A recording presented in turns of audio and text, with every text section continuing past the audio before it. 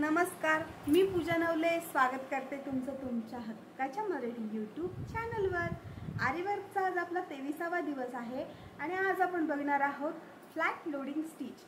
आता ही flat loading stitch आपल्याला कधी लागते, जेव्हा आपल्याला कोणतेही लोडिंगचं वर्क असेल, मग ते मनी लोडिंगचं असो किंवा कट वर्कचं लोडिंग असो किंवा जरदोसी लोडिंग असो, त्याच्यामुळे ही स्टिच आपल्याला उपयोगाची आहे। आपण एखाद्या ब्लाउजर ब्राइडल वर्क करत असतो ना, तेव्हा आपण त्याला एक असं मणीचं लोडिंग किंवा कट बीड्सचं लोडिंग किंवा मग जरदोसी लोडिंग, आपण एखाद्या असं लोडिंगची असं आउटलाईन करत असतो। त्याच्यामुळे आपलं वर्क खूप छान हेवी दिसतं।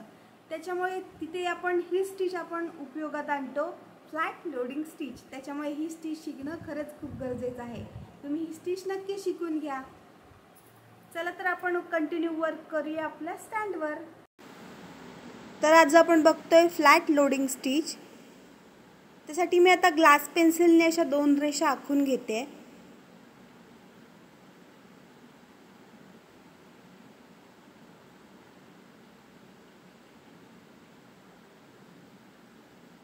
बघा, मी असा 2 रेषा आखून असा बॉक्स तयार करून घेतलेला आहे।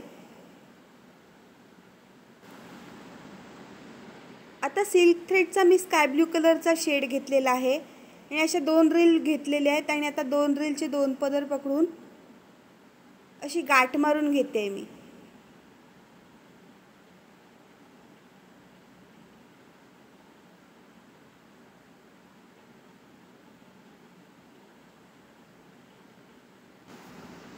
बघा, अशी आता ही गाठ मारून झालेली आहे आणि आपण एक्स्ट्राचा जो पार्ट आहे ना, तो कट करूया, म्हणजे तो आपल्याला सुईमध्ये खालून अडकणार नाही। बघा, आता मधल्या बोटात अशी गाठ पकडायची आहे अंगठ्याने आणि वरच्या बोटाने असं सर्कल मारून घ्यायचं आहे आणि ही जी वरची साईड आहे ना, ही आपल्याला खालून उचलायची आहे।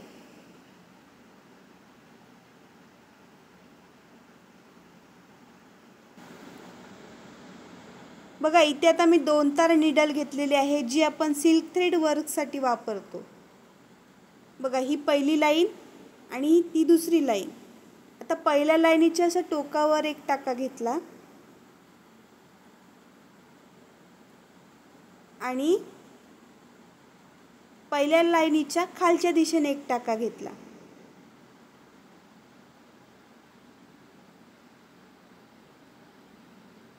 पुन्हा वरती गेलो, वरच्या लाईनीवर।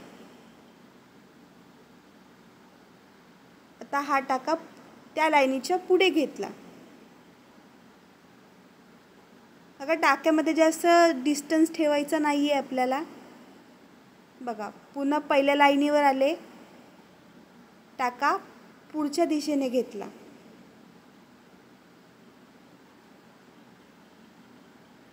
पुन्हा रिवर्स गेले, वरच्या लाईनीवर टाका घेतला, पुन्हा थोडासा पुढे टाका घेतला,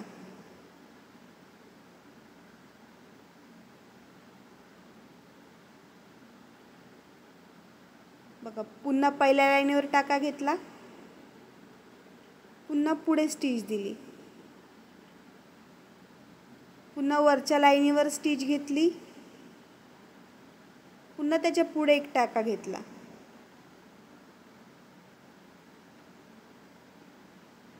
पुन्हा आपण पहिल्या लाईनीवर स्टिच घेतली, पुन्हा एक छोटा टाका घेतला, पुन्हा वरती गेलो,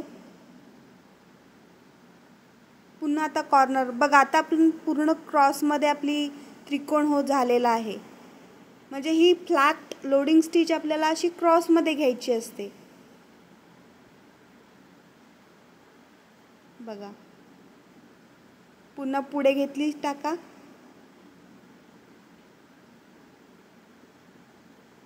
पुन्हा रिवर्स गेलो,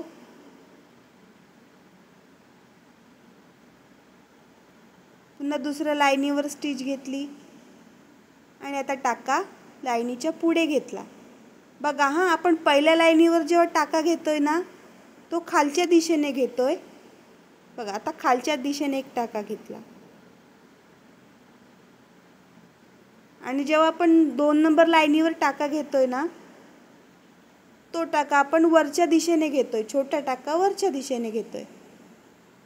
बघा आता छोटा टाका मी वरच्या दिशेने घेतला,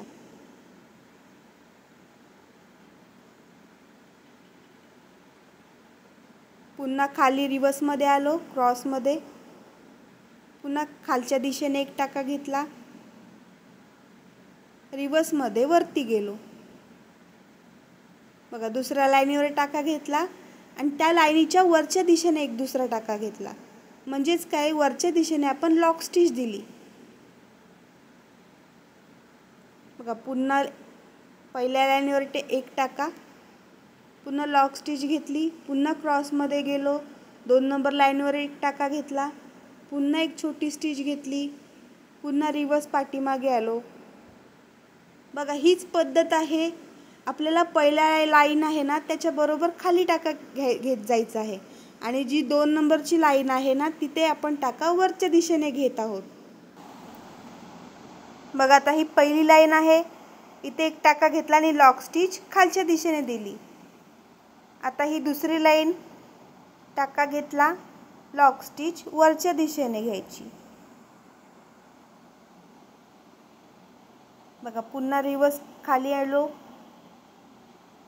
लॉक स्टिच दिली खालच्या दिशेने, पुन्हा क्रॉस रिवर्स वरती गेलो, लॉक स्टिच दिली वरच्या दिशेने. बघा खूप सोपी पद्धत आहे. लॉक स्टिच देताना आपण पहिल्या लाईनीवर खालच्या दिशेने देतो आणि दुसऱ्या लाईनीवर लॉक स्टिच आपण वरच्या दिशेने देतो. बघा आता ही पहिली लाईन आहे, एक टाका घेतला, लॉक स्टिच पुढे घेतली, रिवर्स गेलो, 2 नंबर लाईनीवर एक टाका घेतला आणि लॉक स्टिच त्याच्या पुढे दिली. म्हणजे असं क्रॉस क्रॉस घेत आपल्याला जायचं आहे, म्हणजे आपली फ्लॅट लोडिंग स्टिच खूप छान दिसते.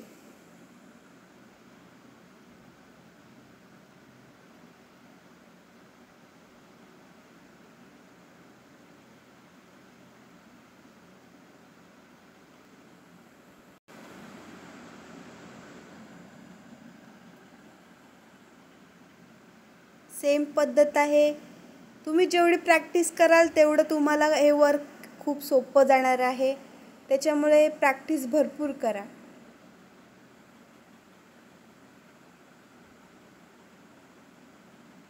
बघा पहिल्या लाईनीवर टाका घेतला आणि लॉक स्टिच आपण खालच्या दिशेने दिली, म्हणजेच काही त्या लाईनीच्या त्या टाक्याच्या खाली टाका घेतला, वरती गेलो, दुसऱ्या लाईनीवर स्टिच घेतली आणि लॉक स्टिच आपण वरच्या दिशेने म्हणजे छोटा टाका आपण वरच्या दिशेने दिला, म्हणजेच काय त्या टाक्याच्या वरती घेतला टाका. पुन्हा रिवर्स खाली आलो आणि बघा ह्या टाक्यांमध्ये अजिबात गॅप ठेवायची नाही आहे. गॅप ठेवली तर मग त्याची फिनिशिंग जाणार. त्याच्यामुळे अजिबात गॅप ठेवायची नाही आहे. आपल्याला खूप जवळजवळ टाके घ्यायचे आहेत. आणि सिल्क थ्रेडचं वर्क करताना खालून धागा अजिबात घट्ट पकडायचा नाही, नॉर्मल फक्त पकडून ठेवायचा. तो जर घट्ट पकडला की ओढत राहिलो तर तो धागा असा तुटून जाणार किंवा मग त्याचं फिनिशिंग जाणार. त्याच्यामुळे फक्त खालून नॉर्मल पकडायचा आहे, खेचायचं नाही आहे. सिल्क थ्रेड वर्कसाठीच्या ज्या बेसिक स्टिचेस आहेत, बेसिक कुठून चालू करायचं याच्या सगळ्या व्हिडिओ मी आपल्या चॅनलवर मी अपलोड केलेले आहेत. त्या सगळ्या जाऊन नक्की बघा आणि सगळे डिटेल्स शिकून घ्या.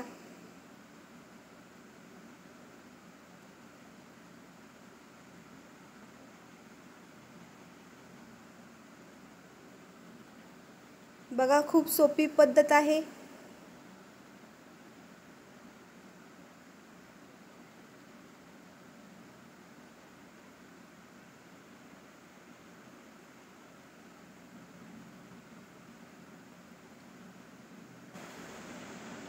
बघा आता इथे कॉर्नर आलेला आहे आणि आपण कॉर्नर कसा फिल करतो ते बघा. नीट लक्ष द्या म्हणजे ते तुम्हाला लगेच समजेल, कारण कॉर्नरवर आपली फिनिशिंग असते. बघा स्टिच वरती घेतली तर रिवर्समध्ये खाली आलो आणि छोटी स्टिच त्याच्याबरोबर थोडीशी पुढेच दिली, म्हणजे तिथे आपलं फिनिशिंग खूप छान दिसेल. बघा इथे आता आपले टाके थोडे छोटे छोटे होत जात आहेत, कारण इथे आपला कॉर्नर आलेला आहे.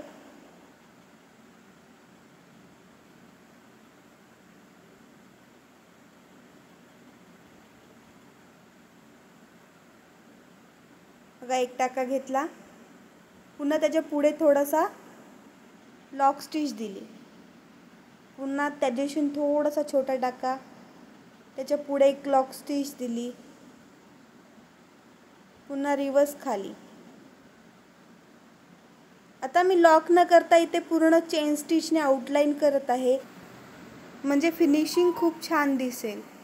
बघा आता कॉर्नर आलेला आहे, त्याच्यामुळे बरोबर आपण उलट्या दिशेने एक टाका दिला आणि ती स्टिच आपण पुढे घेतली, त्यामुळे कॉर्नरची फिनिशिंग खूप छान येते.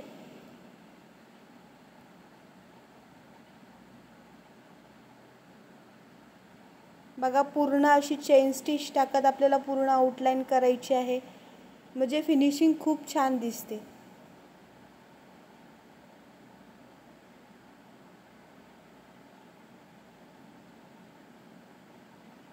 छोटे छोटे टाके घेत आपल्याला पुढे जायचं आहे.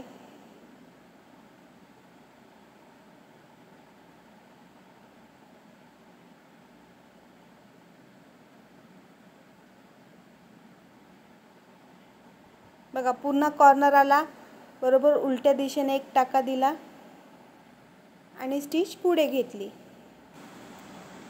सिल्क थ्रेडने चेन स्टिच कशी करायची, कॉर्नर कसे काढायचे, धागा कसा पकडायचा, निडल कोणती वापरायची, किंवा खूप साऱ्या स्टिचेस आहेत ज्या मी तुम्हाला इन डिटेलमध्ये आपल्या चॅनलवर व्हिडिओ अपलोड केलेले आहेत. ते तुम्ही सगळ्या व्हिडिओ जाऊन बघा आणि चॅनलवर नवीन असाल तर सबस्क्राईब करायला विसरू नका. असाच सगळ्यांनी सपोर्ट करत राहा. बघा आता चेन स्टिचने आपण आउटलाईन करतोय ना, तर फिनिशिंग बघा किती छान येते.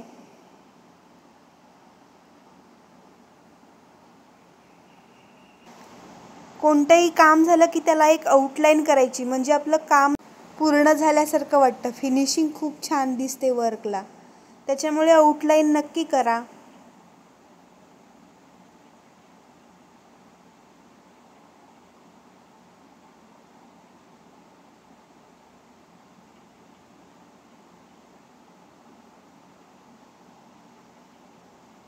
बघा इथे मी आता एक एंड नॉट देते आहे.